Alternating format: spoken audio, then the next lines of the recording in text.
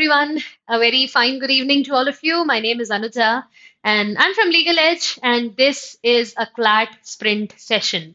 Now, what does a CLAT sprint session means? It is a session that prepares you for a marathon.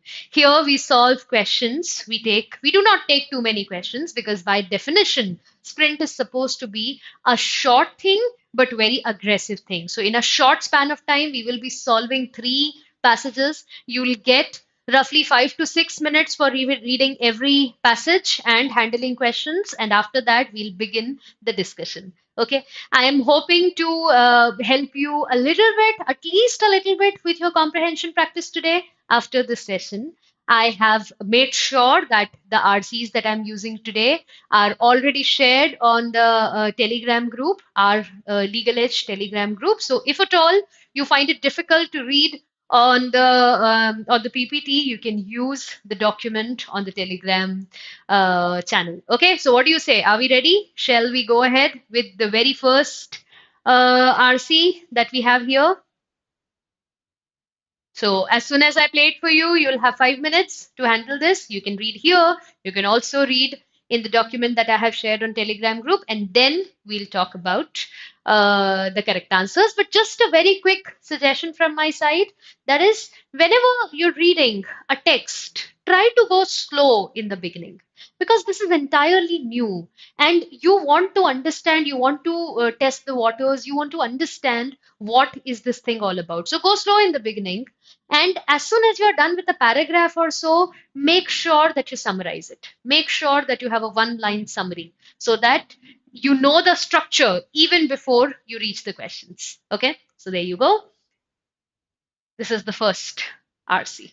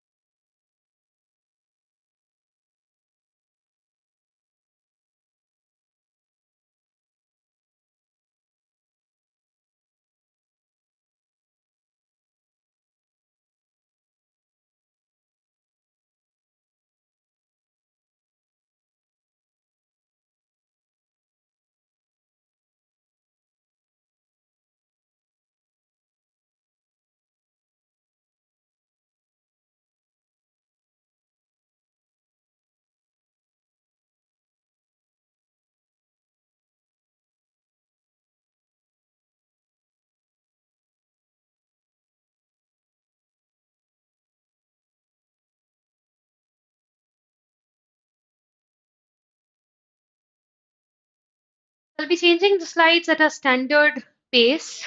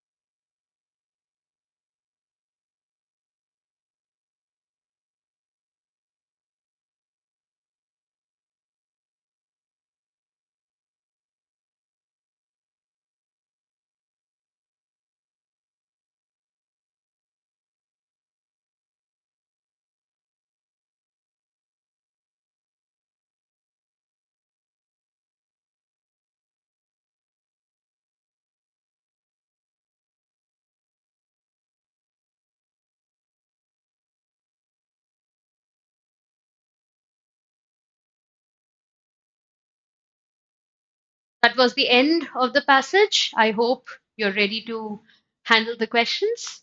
It's usually a good idea to have a look at the questions first so that you know what you are going to find out. In today's particular session, it's not really feasible, but otherwise, it's always a good idea to have a look at the questions first, not the options. They are going to confuse you.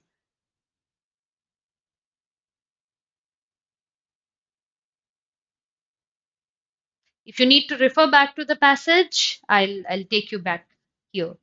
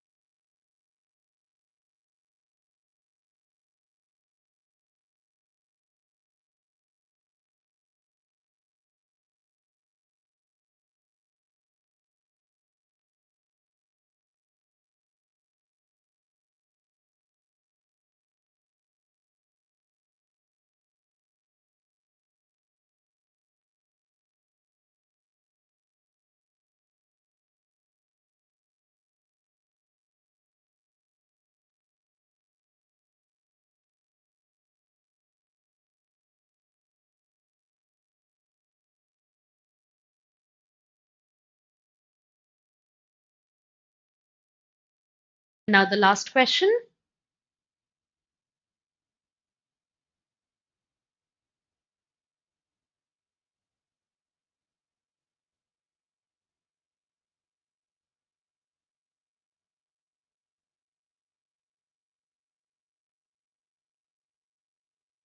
Okay, let me take you back to the passage so that we can first discuss the passage and then come to the questions. I'm sure you have your answers by now. In the first passage, the author is talking about the irony that is there in the life of laboratory biologists. Why are they performing experiment on animals? Because of their love of life, the life of humans. But in order to proclaim their love of life for humans, they have to take lives of animals. This is the irony of their life. And as we see here, that they sure get attached, they sure have emotions, and we have a display of emotions. The author is telling us a particular incident about two rats and how and what he felt about that particular rat. And I must point out that towards the end, he has shown us that death was supposed to come for subject B on schedule because that's what the plan is. Once the experiment is over, the rats are killed, but subject B was not there. That means on the day it was scheduled to die, subject B, that rat was not there. Months later, I noticed those indelible marks. Indelible means the ones that were not supposed to be deleted, but they were supposed to be permanent. But those indelible marks had faded away and they had faded to nothing. I think this is a very important line because there is a question based on this one. Anyway, I'll come back to it when the time is right. So let's begin with question number one.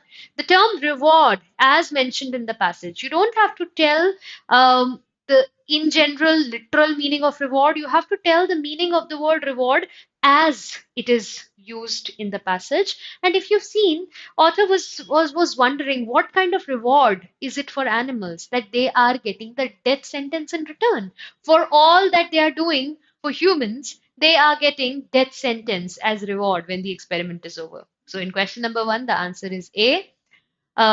Question number two, the irony in the case of laboratory biologists would be, I think, in all such questions where they are referring to a particular part of the passage, it would be right if we also refer to that part of the passage. So, you know that in this irony question, we have to refer to the first paragraph. And what is the irony? of the life of laboratory biologists, that their ends, the destination that they are trying to achieve, sort of justifies the means that they have chosen, the way that they have taken. Their way, their means involves killing animals. But if it has some positive result, then it justifies the means that they have chosen, right? So that is why option D is the irony of laboratory biologists' life. Now, why not ABC? Because ABC all are just telling that there is a clash, but they are not saying how we are justifying, how we are still going ahead in spite of this clash.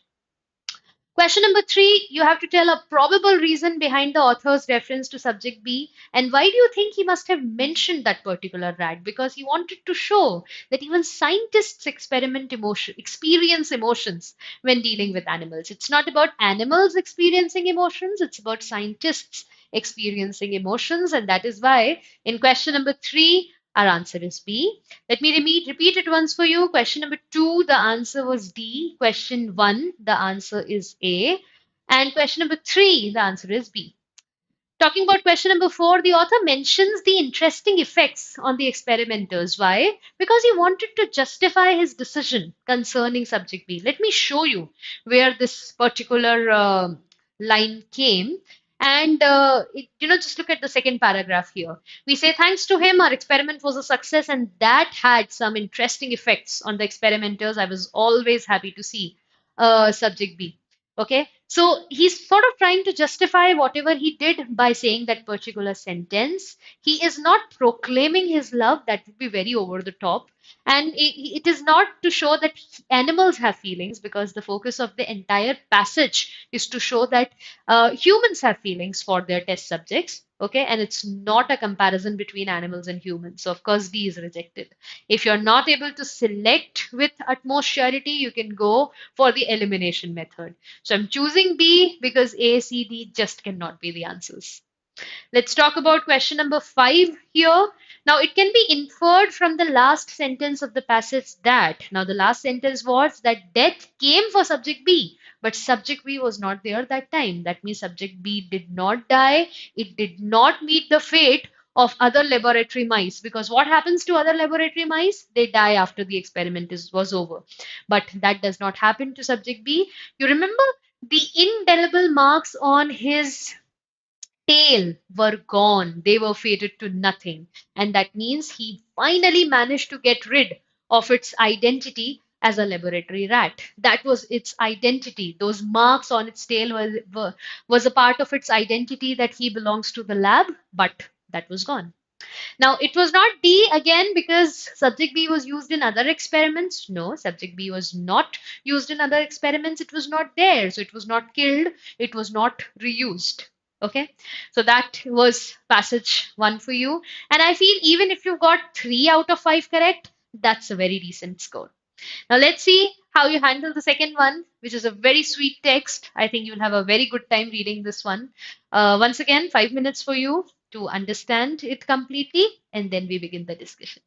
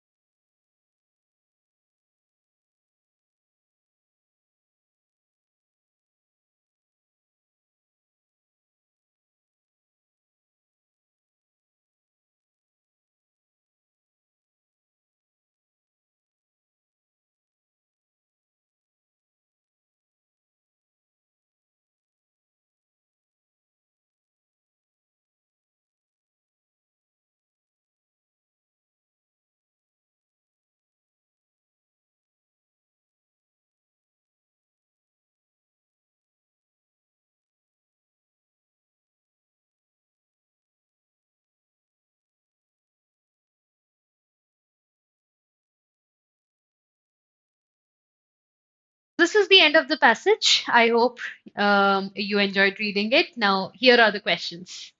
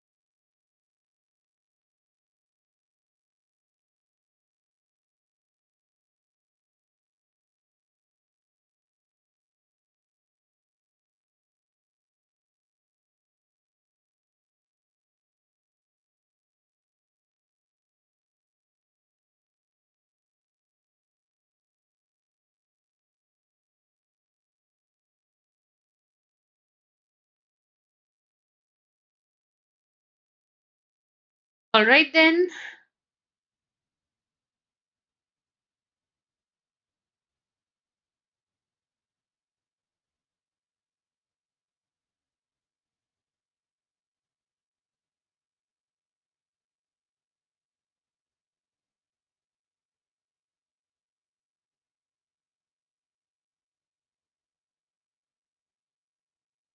Last question.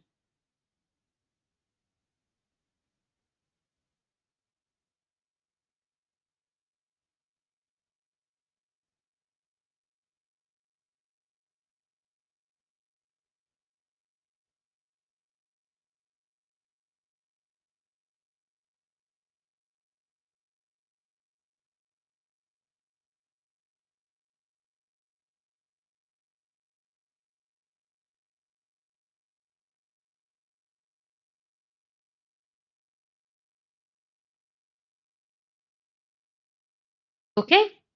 Let's discuss all the questions one by one. We'll be beginning with the sixth one.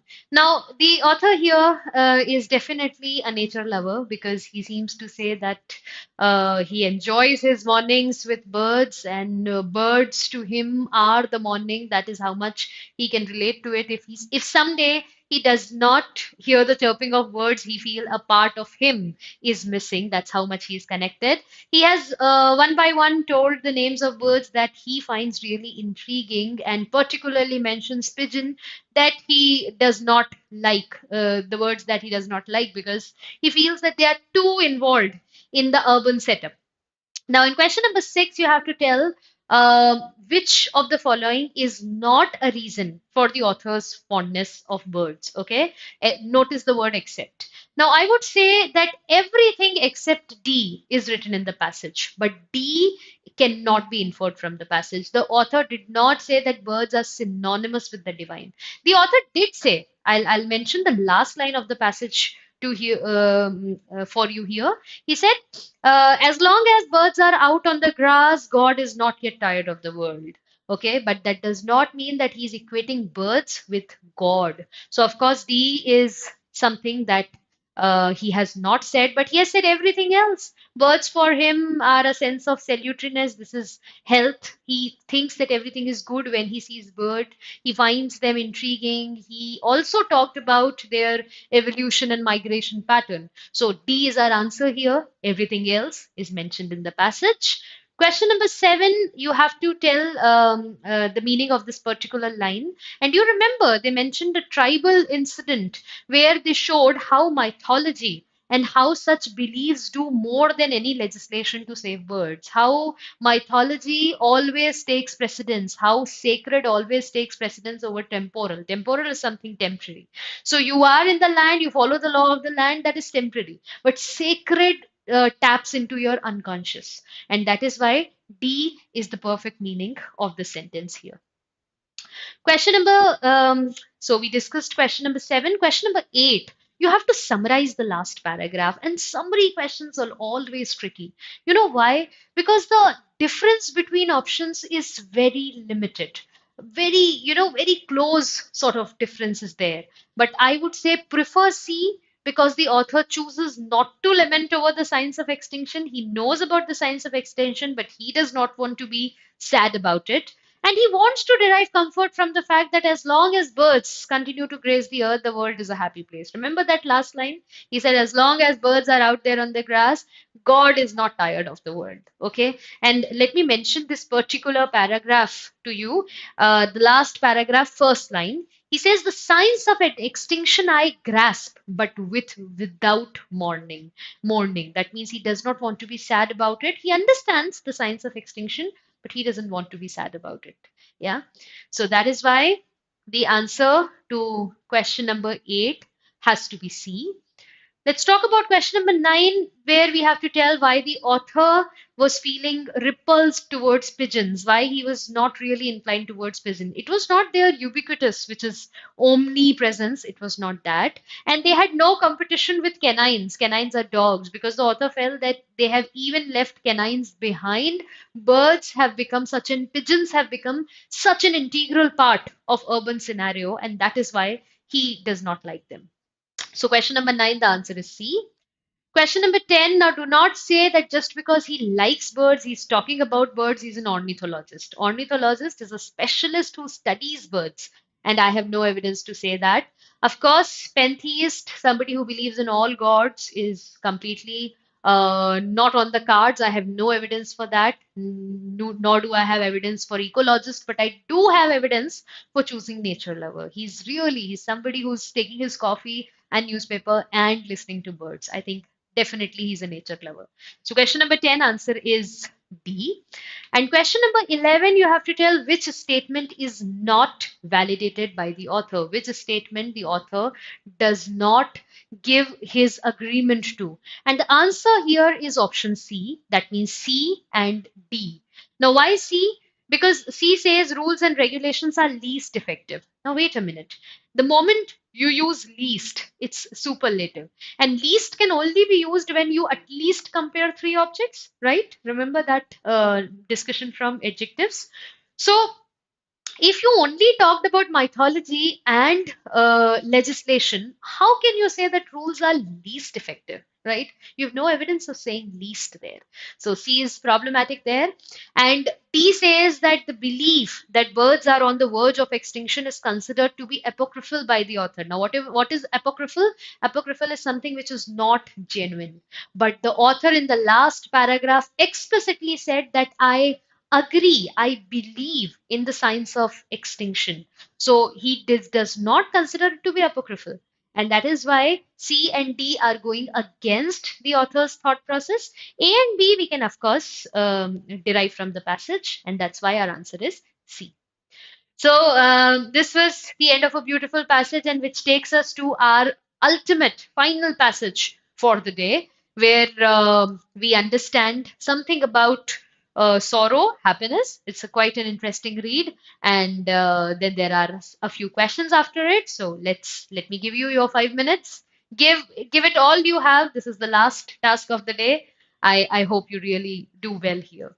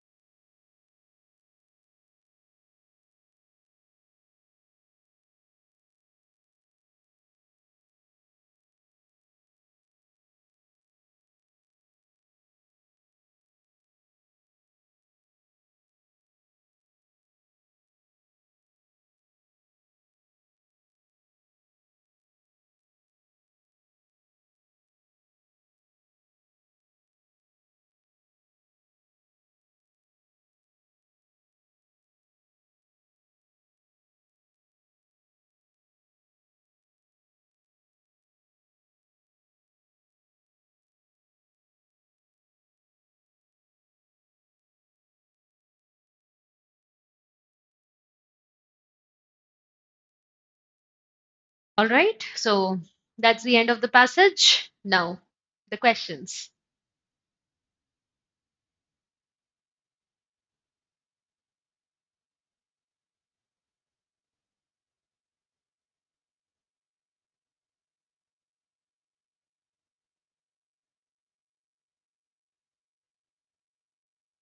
I'm sure you have noticed that vocabulary does play an important role. If you don't know the meanings, I think there is nothing much for you to do there.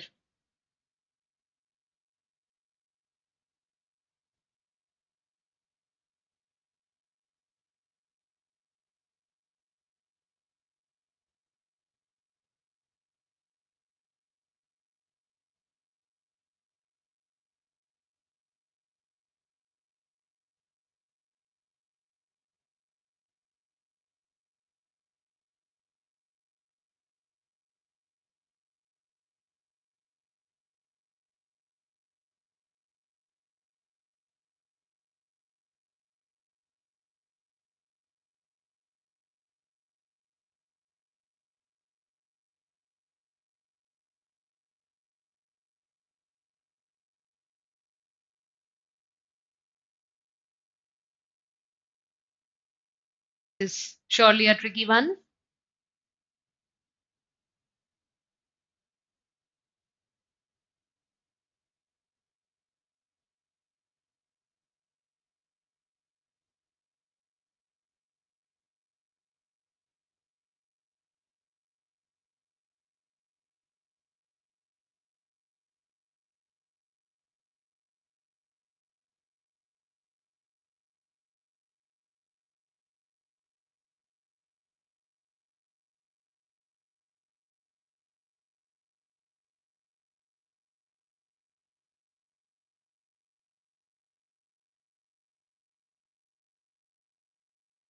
All right, people.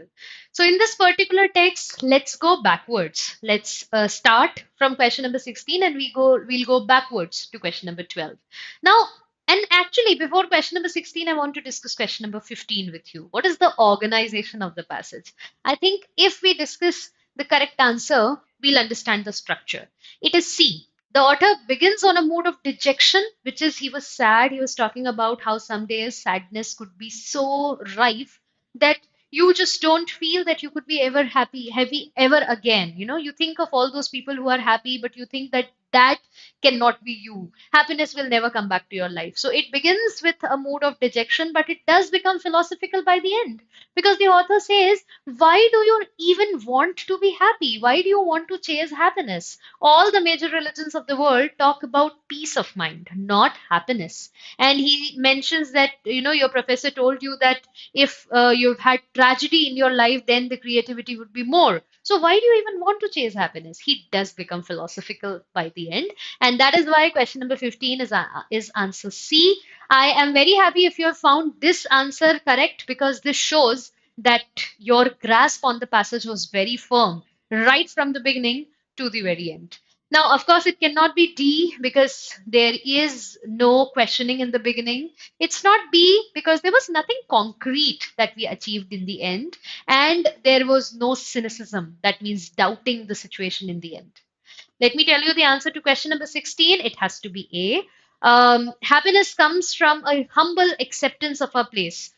From where we derive this particular option, because he does mention that whatever you get, if you just accept it, okay, if you just accept it, then read the second last paragraph, last line. Maybe it will be easier to be happy then and accept your grief with humility, not anger. Whatever you get, just accept it. That would be the easiest way to be happy. Now, question number 12, the mood of the author in the passage is, see, if you're thinking that he's being sad, melancholic, or pessimistic, he has lost hope. No, not really. He's just being reflective. He's thinking of his thoughts and he's just letting you know what he feels. Initially, he was thinking how sometimes sadness can become so ingrained that happiness seems like a utopia. And then in the end, he progresses by telling that happiness is different things for different people. And then he goes ahead by declaring that why do we even need to be happy? So it's reflective. The answer is D. Question number 13, which of the following line echoes the sentiments in the concluding para? And if you notice the concluding para, that is the para where all that philosophy was mentioned, that creativity is directly proportional to tragedy in your life. Why do you even want to be happy? And that is why we will be choosing D. Our sweetest songs are those that tell our saddest thoughts. Okay, that is the answer to question number 13. Now, why am I not choosing A, B, C? Because all of them are positive in nature. Positive in the sense you'll get happiness. Okay, you'll get happiness sooner or later. But the last paragraph was all about no, why do you even need happiness? So, question number 13, the answer should be D. And question number 14 is a tricky question because the options are very close, but the correct answer is B. Happiness is a mental state, it's a choice, and it is not determined by one's physical conditions. Sometimes people find it in activity A, sometimes they find it in activity B. We have been given example of people who renounce everything and find happiness. Some people find happiness in acquiring possessions. So it's different for different people. It's just a mental state. And that is the central idea of this passage. I hope you get that because that will really help you to be happy. But, the author feels that you don't even need to chase happiness. So, with that, we have finally come to an end of today's session. We have practiced three RCs today, three very good text with some very close options. And I hope that you really enjoyed and thoroughly understood this practice session. I sure plan to be back with more such practice sessions. I would really like to do that. I hope that's a mutual feeling. Till that time, keep solving a couple of RCs daily, like this one, and just make sure that you give 5 to 6 minutes to every RC, and then you sit with an RC with explanations and analyze it. You understand what is going wrong where. That is the way forward. That will surely improve your comprehension. Thank you so much for your patience today, guys. I am going to see you very soon again. Bye bye. Have a good day. Take very good care of yourself.